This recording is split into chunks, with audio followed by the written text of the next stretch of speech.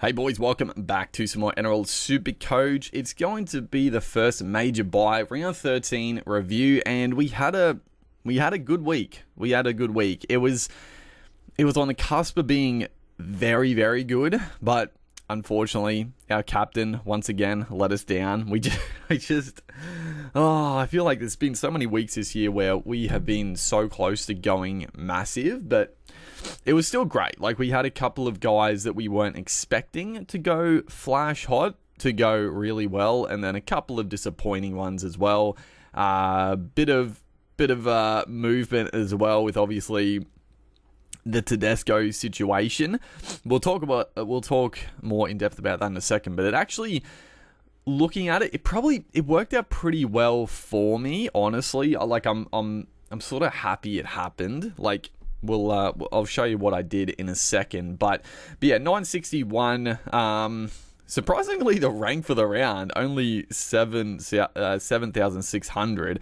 I thought it would be like, it was a good week, but I was expecting maybe like a bit higher rank for the week, but we did jump 4,342 spots. So finally inside the top 10k, which is nice. I mean, I was wanting to make some moves over this buy period, but also just get the team really well set up for the back end, and try to finish strongly, which we started terribly, but if we can just consolidate, we can just have a couple of good weeks over this period, then it'll be very nice for us. But let's get into the team.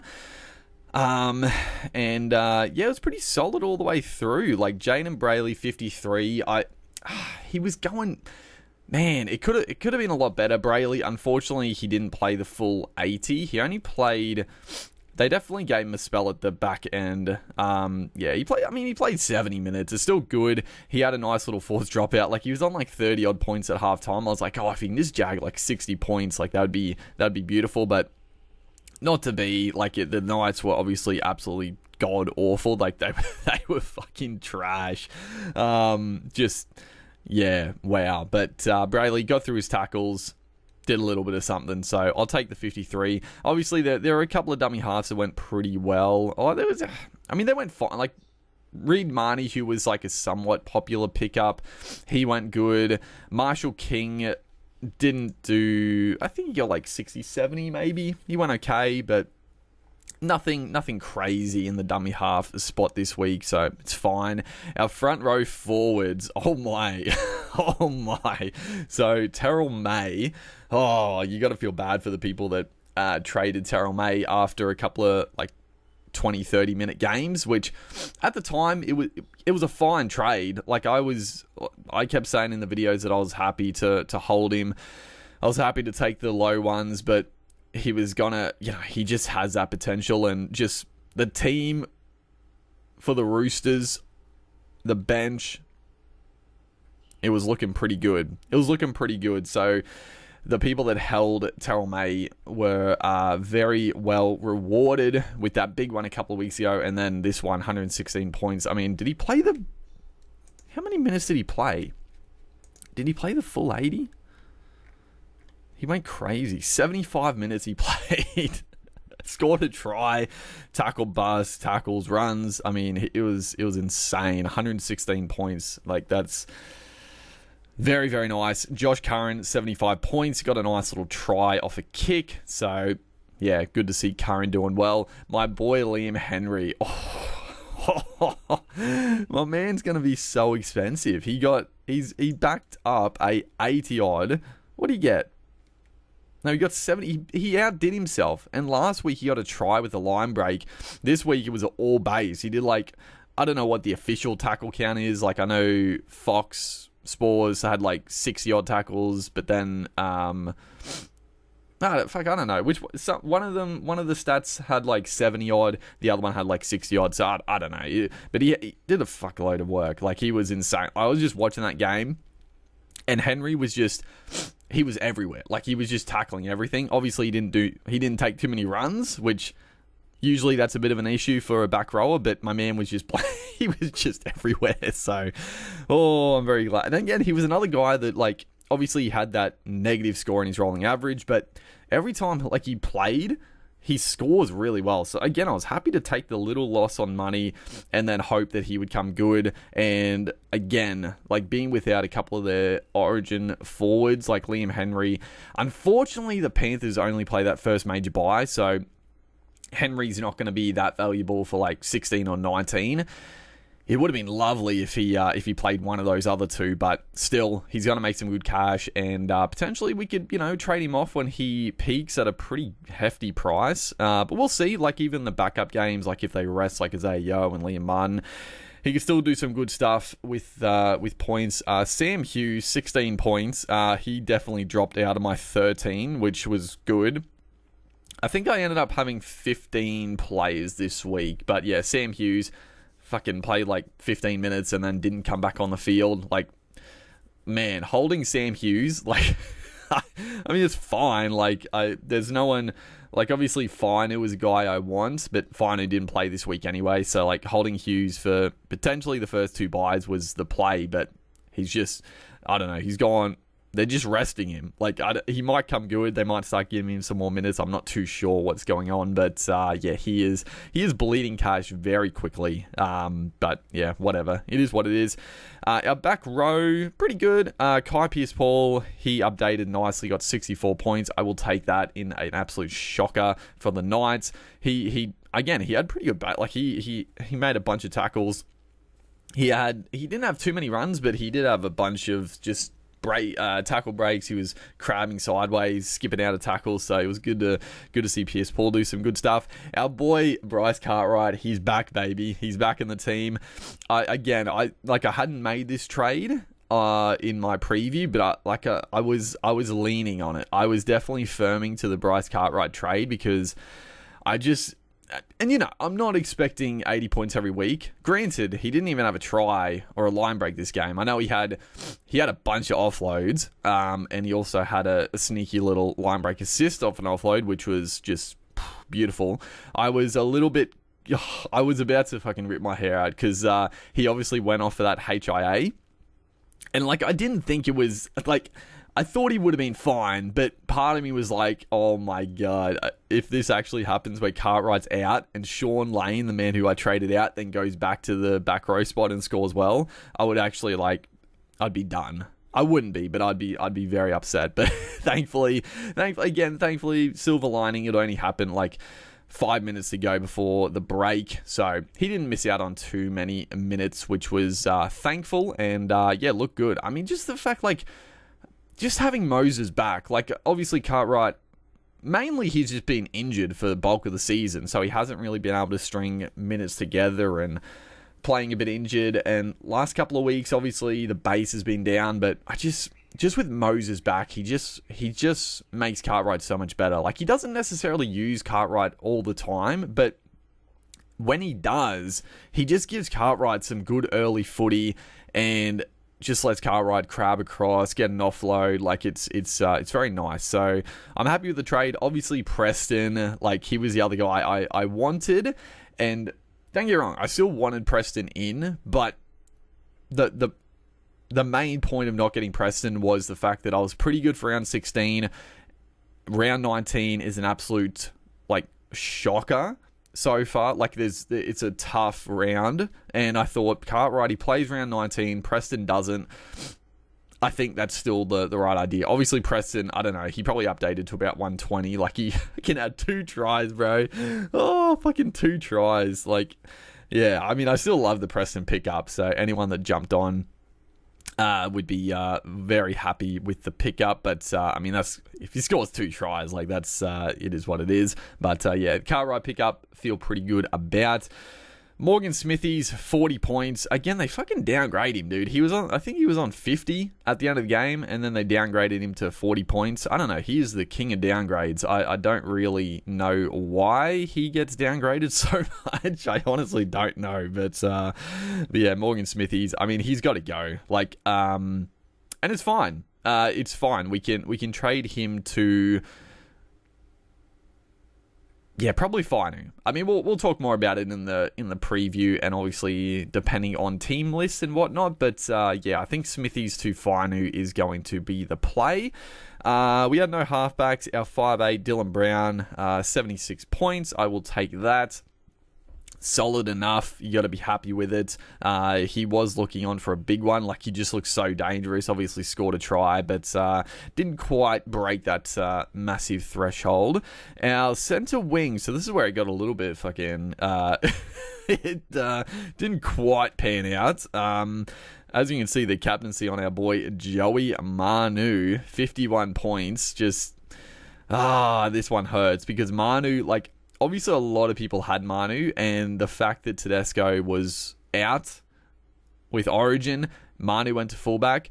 Everybody that probably went Manu as captain if they were able to. So a lot of people would have had Manu, a lot of people would have captained him, but there still would have been a lot of people that either couldn't get Manu in, even with the Tedesco news, or they couldn't captain him because of whatever. So there was still a lot of people that didn't have him as captain. So for him to score 50 is a bit of it could have been a big swing if he went just like 80 to 100. But yeah, the Roosters, not great. Manu, I mean, he carried a lot. He tackle busted a bit, but yeah, didn't really do too much else. Joey Manu. Jacob Kiraz was our vice captain. Unfortunately, 45 points. He was going like this. It fucked me up, dude, because he was actually going well at center. And like I said in the preview, I was happy he was playing center because he was going to get more early footy. Without Crichton in the team, I was like, I probably don't want him on the wing because he's not going to get set up like he does outside of Crichton. So I was like, I'm happy he's in the center. He's still going to take the carries. He'll probably get some good early footy. And then a couple of injuries, like Fox went down. He ended up shifting to the left wing, but Bronson Sherry does not pass the footy, so he didn't really see any football. He played fullback for a little bit when Tracy was off, and I was like, oh man, he looks so fucking good at fullback. I was like, please just keep him at fullback, man. But obviously Tracy was good to go, so he came back on. But yeah, Kiraz, like, it's fine. Like, it was going to happen. He scored like 3 tons pretty much back to back to back. So I can't be too disappointed with the Kiraz 45. He can't get 100 every week. Like, it's fine. I'll take 45 from him pretty much in base. Kale Iro, 59 points in base. Like, the man is just a machine. He just doesn't get any attack, but he just makes so many tackles and so many runs, man. Like, he's just such a safe little play. Like, he's definitely a guy that can get upgraded at some point, but for now, like, he's completely fine. Does he play... I think the Sharks play 16, but not 19, if I remember. No, they play 19. They don't play 16. So honestly, Iro, I think he's just going to plug along, keeping the side till round 19, and then, potentially trade him out at round 20 if you want to upgrade him. But I think he's a fine hold until the third bye. Davey Armstrong, 24 points. It's one of those ones. Again, it was tough conditions. The Knights were they were terrible, and Armstrong just couldn't really get into the game. A few errors from him. There is a little bit of talk that he could lose his spot. The young guy Sharp is apparently back, and there's rumours that he could come in for Armstrong. It would be a little unfair for Armstrong, but I guess if they're like, he's a young kid, if they think it's getting a little bit, you don't want to burn a young kid out. If they want to give him a bit of a spell, I mean, fair enough, but yeah, that could throw a few spanners in the works for super coaches, for sure. We'll see what happens with that one, with Davey. Dom Young, 75 points. I mean, I'll take it. Like, he did some stupid things. He did some good things. Yeah, we'll take 75 for him. And then we had Drinkwater, 101 points. The man was on fire. Should have captained Drinkwater, but obviously, that's the thing with Manu. Like, obviously, it's annoying, but at the same time, I was never going to captain anybody else with Manu playing fullback. So it's annoying, but at the same time, it's not like I was 50-50 with going somebody else. It's just like, okay, he had a bit of a shocker. Drinkwater killed it, which is good. I mean, I wasn't really expecting too much from Drinkwater, but yeah, did very well. And the boy, Ruben Garrick, is in. So, with Tedesco being out, there was obviously a few decisions to make. I think, yeah, it wasn't quite... like, I was tossing up... There was rumours before the Dolphins game, and obviously there was a potential there to maybe go to an Zarko. We hadn't actually got... I don't think we had confirmation yet about it before the Dolphins game, which is fine, because honestly, I didn't really want to go with Zarko. I was happy to fade him, even though... I still might pick up Zarko like in round like 16, but I was fine not to get him this week. I didn't need a number this week, and I was like, you know what, this works out pretty well because I can look forward to the next couple of buys. And there was a potential with a Latrell Mitchell play, a couple other guys, and I don't get me wrong, I love the Latrell play. I saw a few people saying they went to Latrell as well, but I don't know. I just thought the fact that, if New South Wales lose, there's every chance Latrell comes in at centre for the second game. We don't know. So I think the safe play, and honestly, Ruben Garrick was just like an absolute gimme. Like, he's at a pretty good price. He's $728K. Like, he was $100K less than Tedesco, which was nice. I mean, if I knew that, I probably would have fucking... The only annoying thing was that if I knew this, I would have traded Gagai to I would have just gone Gagai to Garrick instead of going Blaze to Lungy out, because obviously Talangi didn't play any minutes, but now Bailey Simonson is out long term, so Blaze to Lungy could find himself in the starting side next week. We'll see what happens there with Blaze, but at the end of the day, it is what it is. Is Blaze a keeper at centre or on the wing? Maybe not. We'll see. We'll see what happens there. But yeah, that's fine. But Ruben Garrick, like I said, break even is 60, which is, he could lose a little bit of cash. They're coming up against Penrith, so Garrick was 100% in the team. It was just a matter of if I got him in round 14, or if I was able to just get him 15, because 15, 16. 18, 19, 20, like it's a really good run after this Panthers game. Obviously, it's a pretty tough one coming up against Penrith. They're coming off a pretty poor loss. We'll see if I don't expect their origin players to back up, so it's not necessarily like an absolute shocker of a matchup, but we'll see. I think Garrick was the absolute choice, and now it strengthens the team for this week.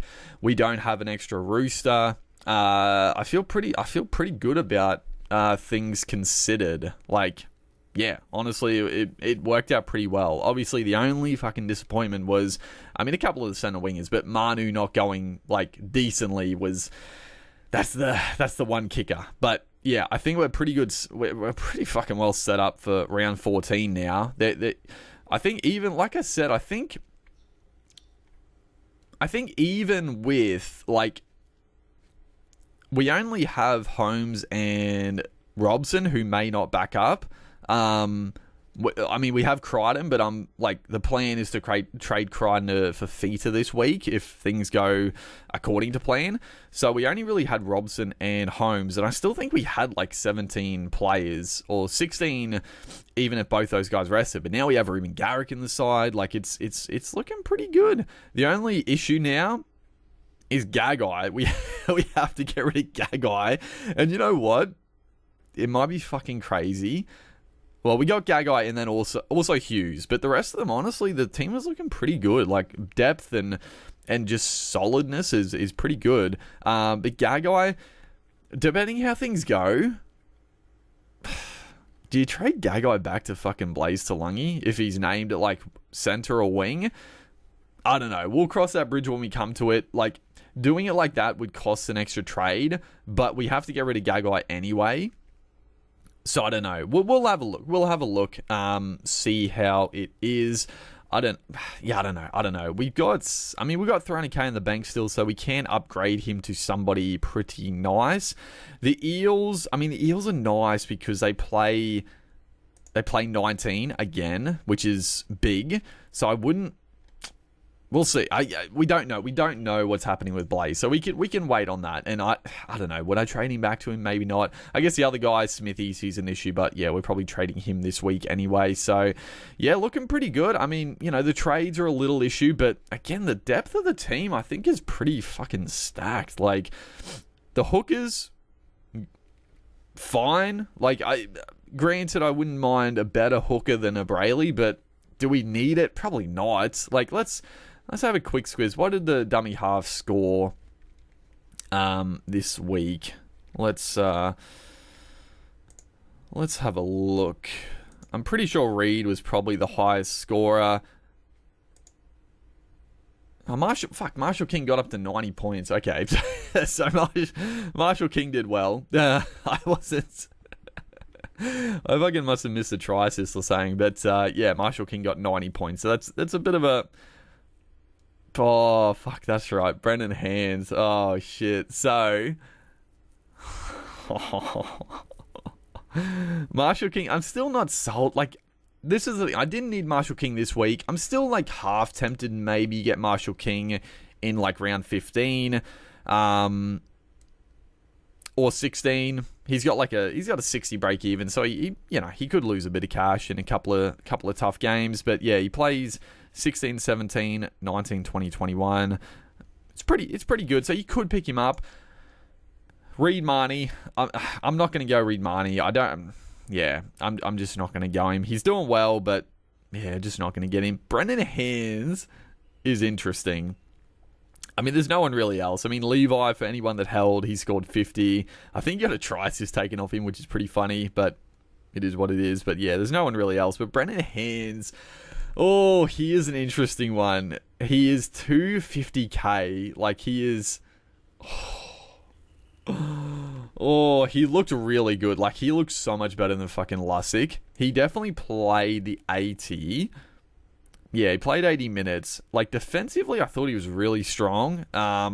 He looked sharp out of dummy half.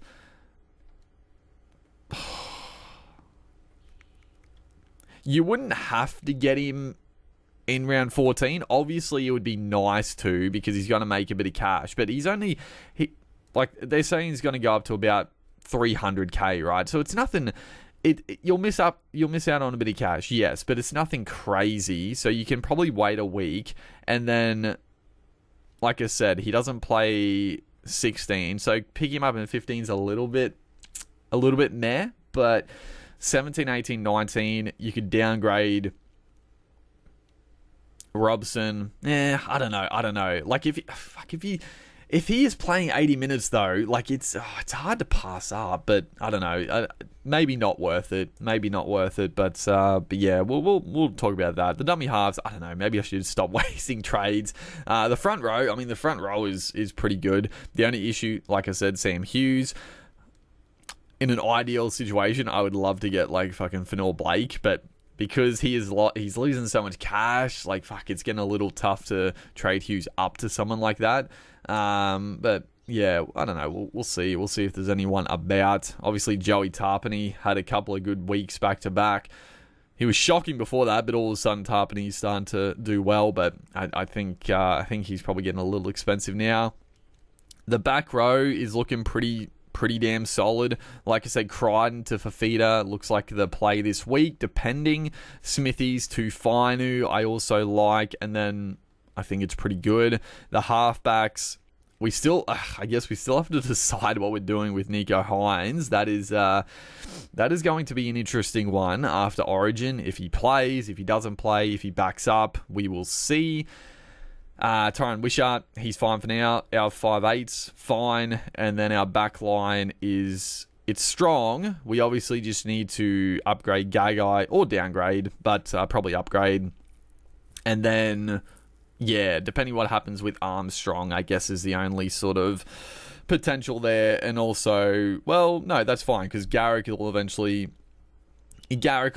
swing into the centre wing spot, and we will pick up. I guess we could. Yeah, we don't have to get a centre wing for Gagai. We could get a fullback potentially. But yeah, another gun fullback is pretty much all we need, and getting someone else for a bit of buy coverage maybe. But yeah, it's looking pretty okay. But let's have another quick skizz. Who was the highest scorer? It must be Fatala Mariner, 120 points. Terrell May, yeah, Joey Tarpany, 110. Holy shit. Owned by 14% of people. Jacob Preston. Okay, so we didn't. I thought he would upgrade a bit, but 109 points, still great. Like, people that picked him up, very, very good. Penasini, Alamotti. Alamotti was sort of like a potential guy, but then he had a shocker when he first came in, but he's had a couple of good weeks back to back, but doesn't have great buy coverage. Mariota, I love Mariota, but he doesn't get the minutes apart from this game. He was playing in the back row. Ewan Aiken, again, fucking Aiken is just on fire. Like, he has been like the fucking just unsung hero in the dual spot that just, I mean, only 4% of people have got, but just, he's getting too expensive now. He's getting too expensive. Sammy Walker, 88 points, so pretty good for people that obviously picked him up a few weeks ago. Mitchie Moses was back and looking very good, 86 points for him. Yeah, again, it'll be interesting. Moses, I thought, was great, but does he... Again, it depends how New South Wales go. Like, if Hines plays well and they win, I mean, they're not going to fucking drop in for Moses, but if they lose, then Moses all of a sudden probably becomes the halfback. You would assume.